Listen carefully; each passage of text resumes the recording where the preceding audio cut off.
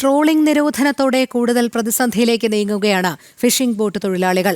പ്രതികൂല കാലാവസ്ഥയ്ക്കും കപ്പൽ അപകടത്തിനും പിന്നാലെയുള്ള ട്രോളിംഗ് നിരോധനം മേഖലയെ സ്തംഭിപ്പിക്കുന്നതോടെ ഒട്ടനവധി മത്സ്യത്തൊഴിലാളികളുടെ കുടുംബങ്ങൾ വഴിമുട്ടും.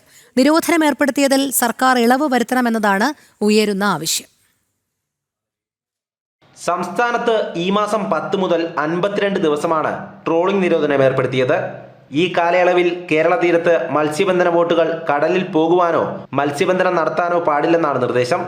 ഇതോടെ കൂടുതൽ പ്രതിസന്ധിയിലേക്ക് കടന്നിരിക്കുകയാണ് ഫിഷിംഗ് ബോട്ട് ഉടമകളും തൊഴിലാളികളും. വേനലിൽ മത്സ്യത്തിന്റെ ലഭ്യത കുറവിന് പിന്നാലെ കപ്പൽ അപകടവും നടന്നിരുന്നു. ഇതിനൊക്കെ ശേഷമാണ് വീണ്ടും ട്രോളിംഗ് നിരോധനം കൂടെ വരുന്നത്. ഈ സമയം യോജിച്ചതല്ലെന്നും സർക്കാർ അത് മനസ്സിലാക്കി പ്രവർത്തിക്കണമെന്നും കൊല്ലത്തെ ബോട്ടുടമകൾ പറഞ്ഞു.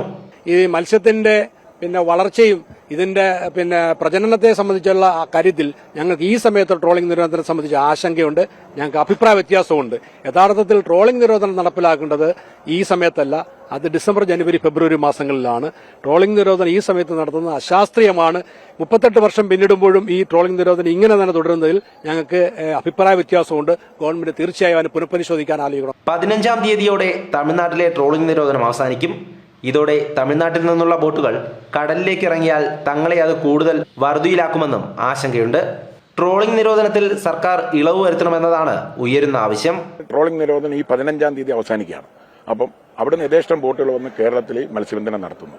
അതുകൊണ്ട് ഈ ട്രോളിംഗ് നിരോധനം കൊണ്ട് നമ്മൾ ഉദ്ദേശിക്കുന്ന ഒരു ഫലം കിട്ടുന്നില്ല. അപ്പോൾ അതുകൊണ്ട് തീർച്ചയായിട്ടും തമിഴ്നാട്ടിൽ നിന്നും കർണാടകത്തിൽ നിന്നൊക്കെ വരുന്ന ബാക്കിയുള്ള സംസ്ഥാനങ്ങളിൽ നിന്ന് വരുന്ന ബോട്ടുകളെ ഗവൺമെന്റ് നിയന്ത്രിക്കാനുള്ള ഒരു സംവിധാനം ഏർപ്പെടുത്തേണ്ടത് അത്യാവശ്യമായ ഘടകമാണ്. മത്സ്യസമ്പത്തിന്റെ വർധനവും സംരക്ഷണവും ട്രോളിംഗ് നിരോധനത്തിന്റെ പ്രഖ്യാപിത ലക്ഷ്യമാണെന്നിരിക്കെ അതിന് വിപരീതമായാണ് സംഭവിക്കുന്നതെന്ന് മത്സ്യത്തൊഴിലാളികളടക്കം പറയുന്നു. ഈ സമയങ്ങളിൽ സർക്കാർ നൽകുന്ന തുച്ഛമായ ആനുകൂല്യങ്ങൾ കൊണ്ട് മത്സ്യത്തൊഴിലാളി കുടുംബങ്ങളിലെ പട്ടിണി മാറുമോ എന്ന ചോദ്യവും ഉയരുന്നുണ്ട്. ജനം, കൊല്ലം.